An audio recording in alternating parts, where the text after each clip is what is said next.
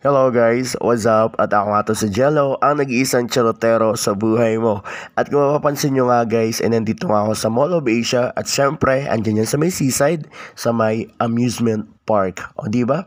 Nag-i-enjoy nga dyan guys yung mga kabataang Pinoy at ang lakas ng sisigawan nila dyan at halos mabingin na rin ako sa sigaw nila. Pero syempre, nag-i-enjoy naman sila at habang inuuto lang sila ng machine na yan. Kasi nga pabalik-balik lang oh. Ayun no. Pero importante nga daw ay nag-i-enjoy at nagsasaya ang lahat. At ito nga guys, yung continuation ng aking first vlog na pumunta nga kami dito ng kaibigan ko. At ito yung part 2. At ito na nga guys, ay habang pinapanood namin sila dyan, syempre nag-i-enjoy din naman ako. At syempre yung kaibigan ko, para man lang makalimutan niya yung stress na sinapit niya nga kasi nga nawala yung phone niya. Pero ayan guys, kailangan natin mag-ingat lalo na kapag nasa public places tayo. Dapat maging alerto tayo at syempre, kailangan nating ingatan yung mga gamit lalo na at bigay pa yun sa atin nating mahal sa buhay.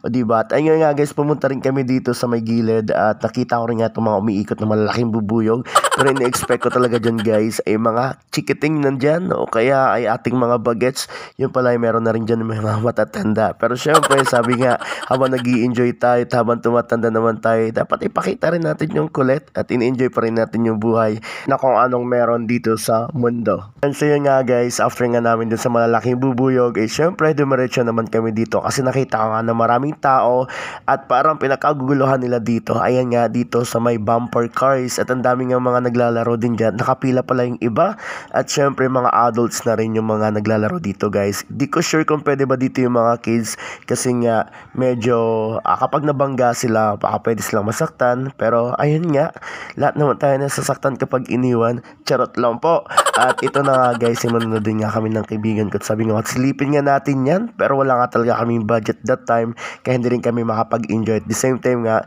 stress pa yung kaibigan ko. Kaya nga guys, dun sa mga kabataan Pinoy dyan na medyo bored na sa bahay nila, ayan, kapag pumunta kayo ng Mall of Asia at syempre magbaon kayo ng budget kasi nga alam ko may bayad. Pero hindi ko alam kung magkano ba. Pero wag nyo kalimutan na bisitahin guys itong amusement park nila sa may seaside dahil mag-i-enjoy naman kayo talaga syempre kasama yung inyong mga pamilya at mga barkada. O di ba? May promotion pa yan.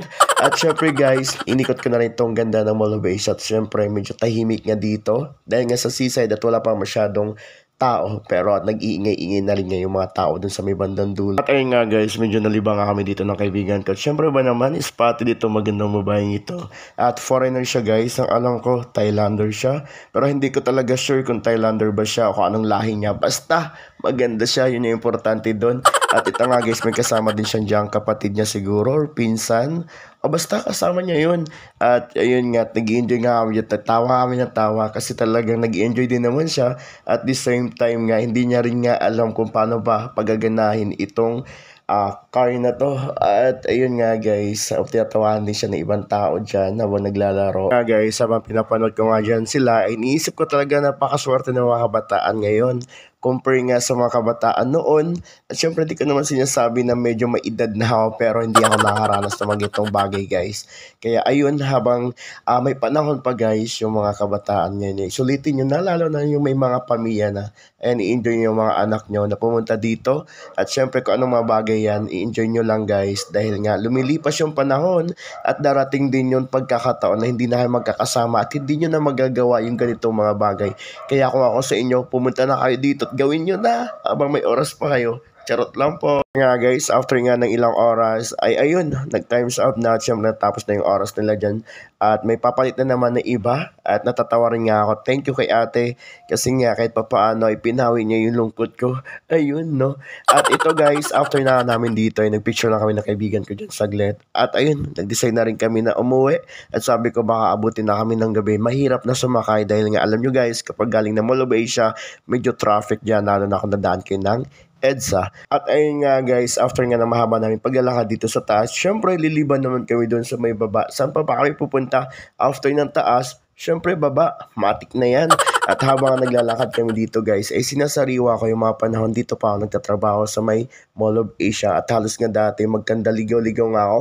Sa laki ba naman? At syempre kapag probinsyano ka, medyo andon yung kaba at yung nahihiya ka magtanong kasi nga baka mamaya pagtawanan ka. At ito nga guys, habang naglalakad kami dito at marami din kami nakakasabay at ang sarap lang dyan ng hangin dahil nga medyo sariwa. At syempre, dapat may dala kang budget kasi marami dyan mga pagkain na taga naman tutoksohin ka at syempre magugutom ka. Ikaw naman sa haba na nilakan mo mula seaside hanggang dito sa may tapat ng MOA. Sino ba naman hindi magugutom? Siguradong lahat gutom. Ayun no.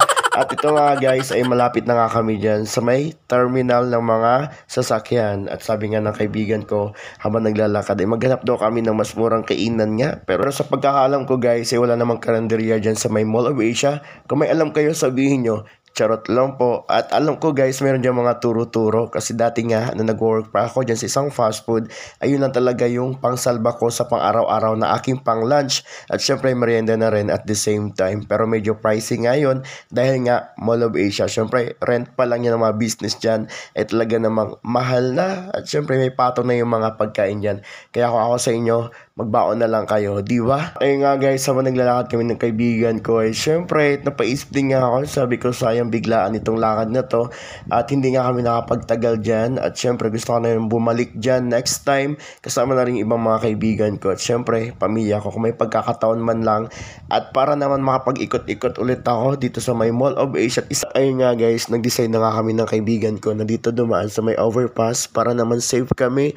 At syempre, makaiwas kami sa mga taong mapagsamantala, lalo na biglang dumating sa buhay mo na pinasaya ka tapos iniwan ka na wala man lang paalam. O diba? Charot lang po. At ito nga guys, ay binabagtas na nga namin pababa ulit yung aming dadaanan dyan kasi nga yung elevator ay sobrang tagal naman. So nga guys, napansin ko nga dyan sa may bandang baba, medyo na traffic nga yung mga sasakyan dyan. Pero ayun, bumaba na kami ng hagdan ng kaibigan ko. Pero gaya nga na nabanggit ko guys, kanina ay medyo matagal nga ako bago makabalik dito sa Mall of Asia. At syempre hindi na rin ako familiar sa lahat na mga pagbabago dito sa MOA. And after nga namin guys, mabusog ng kaibigan ko, syempre ready na kaming umuwi. Nagpaalam na kami sa isa't isa. At hanggang dito na lang guys. Thank you for watching. Bye-bye!